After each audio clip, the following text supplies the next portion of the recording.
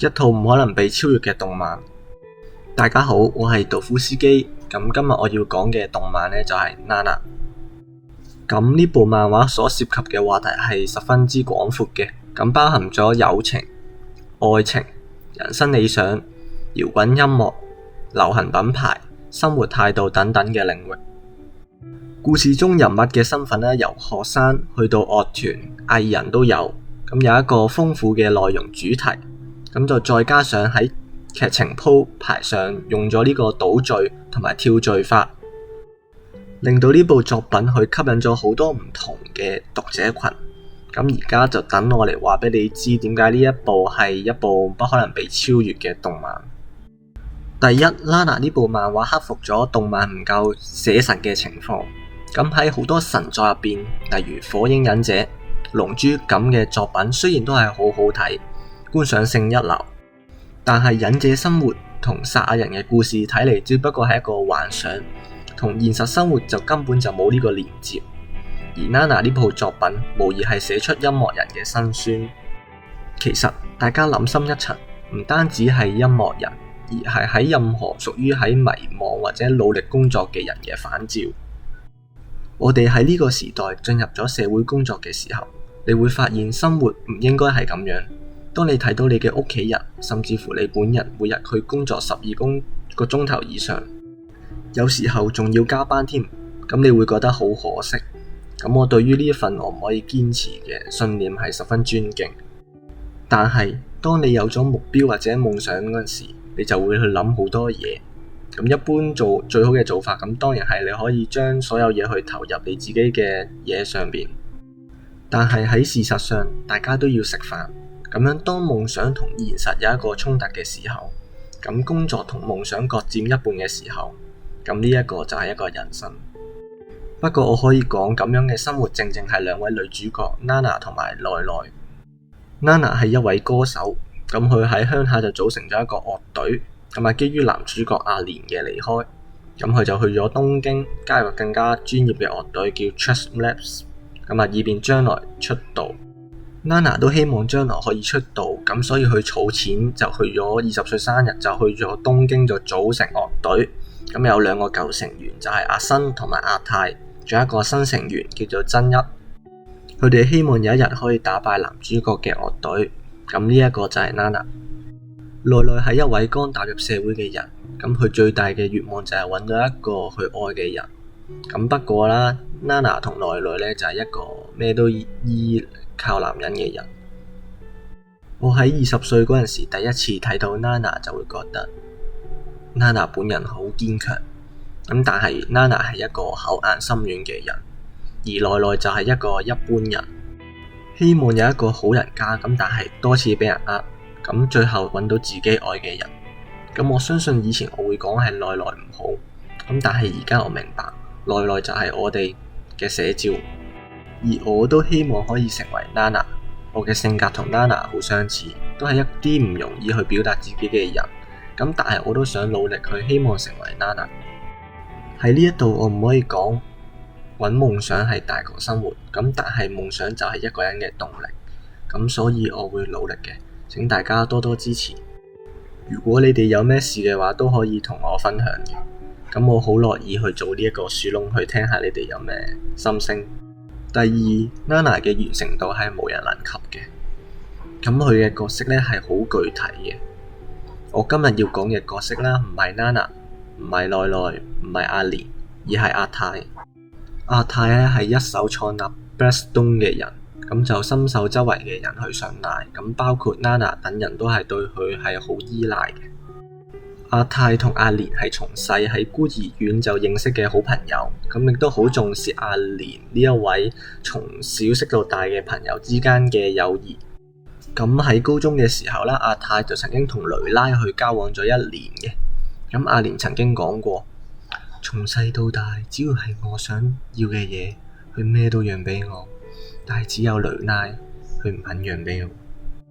雷拉係阿蓮樂隊入邊嘅女歌手，同時亦都係 Nana 要擊敗嘅人。咁阿泰就好鍾意 Nana 嘅，咁但係為咗阿蓮，佢一直都唔主動去出擊。阿泰原本係律師事務所嘅實習律師，咁佢為咗 Nana 去擱置佢想做律師嘅夢想，就去到東京，咁就令到 Bestone 能夠齊心合力去出道奮鬥。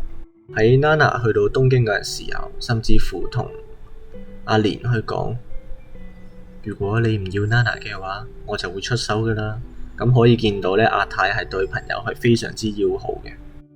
同樣啦，喺愛情世界上邊，你可以話佢係一個傻瓜蠢材，咁亦都可以話佢好成熟去睇透呢一切。至於其他人物啦，Nana、奈奈、阿蓮、阿新、阿巧，咁我就唔講啦，你哋可以自己去睇啦。因為最後 Nana 係一個人嘅。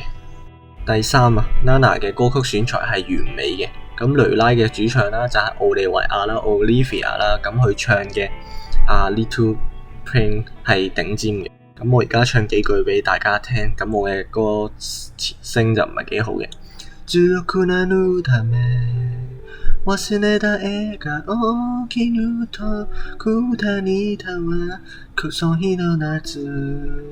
咁大約就係咁啦。咁頭先唱嘅嗰句就解為咗堅強而遺忘嘅笑容。咁兩個人一齊一定可以重拾。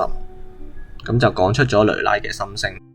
咁大家都可能以為雷拉係一個天才，咁其實雷拉唔係一個天才，只係佢作為混血兒嘅身份，令到人哋去同 Nana 比較上起嚟，嗰個樣貌啊，嗰個歌聲啊比較好聽而更勝一籌。咁雷拉亦都係每日去努力去保持佢把聲，去希望人哋唔好淨係因為佢係混血兒嘅身份而忘記佢嘅努力。雷拉嘅努力我係睇到嘅。咁 Nana 嘅原型就係土屋安娜啦，咁佢嘅歌 Rose 入邊嘅內容，咁我唱一次。I need your love, I am a broken rose， 咁啊講出咗佢內心嘅孤獨。咁呢首歌係以 rock 嘅形式去唱出咗 Nana 嘅心聲。咁而我今日係講另一首歌，就係結尾嘅黑之淚。咁我覺得呢首歌呢，就係 Nana 為咗對抗雷拉而寫嘅歌。我而家去唱一次嘅，咁呢首歌有啲難嘅。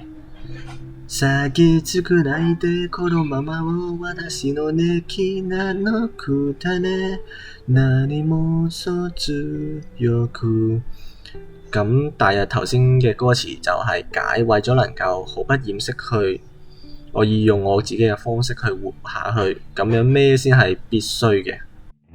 咁我認為黑之淚更加勝 A Little Pain 嘅原因係因為最後 Nana 係一個人嘅。咁喺呢度就唔劇透啦。咁雖然 A Little Pain 嘅歌聲係好聽好感動，雷拉Olivia 奧利維亞本人亦都係好靚，把聲都好聽。咁但係基於整體嚟睇，最能夠切合結局嘅就係黑之淚加 Nana。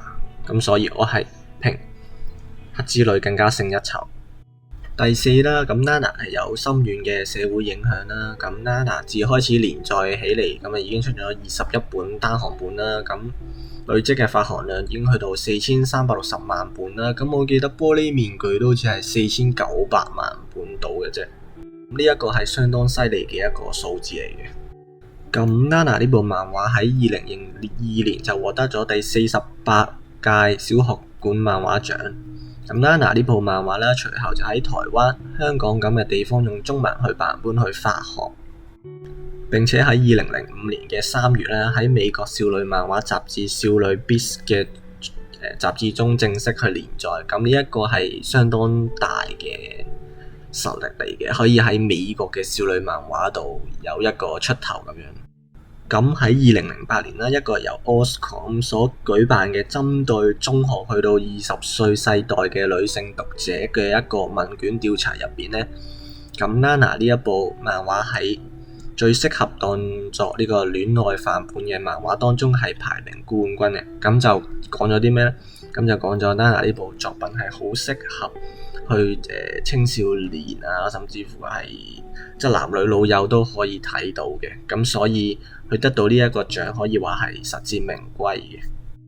咁結論啦，兩位歌手嘅頂尖嘅歌，再加上兩位人物嘅設定，種種嘢去加埋一齊，Nana 係完美嘅。最後啦，咁如果覺得我嘅影片都仲 OK 嘅，可以接受嘅話，咁可以訂閱、讚好、分享，你亦都可以留言。咁我一定會盡自己最大努力去回覆你哋每一個嘅留言嘅。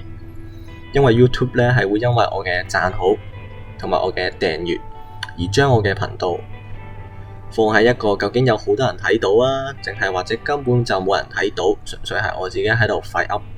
咁讚好嘅人數越多，咁就會有更加多人去留意我嘅頻道。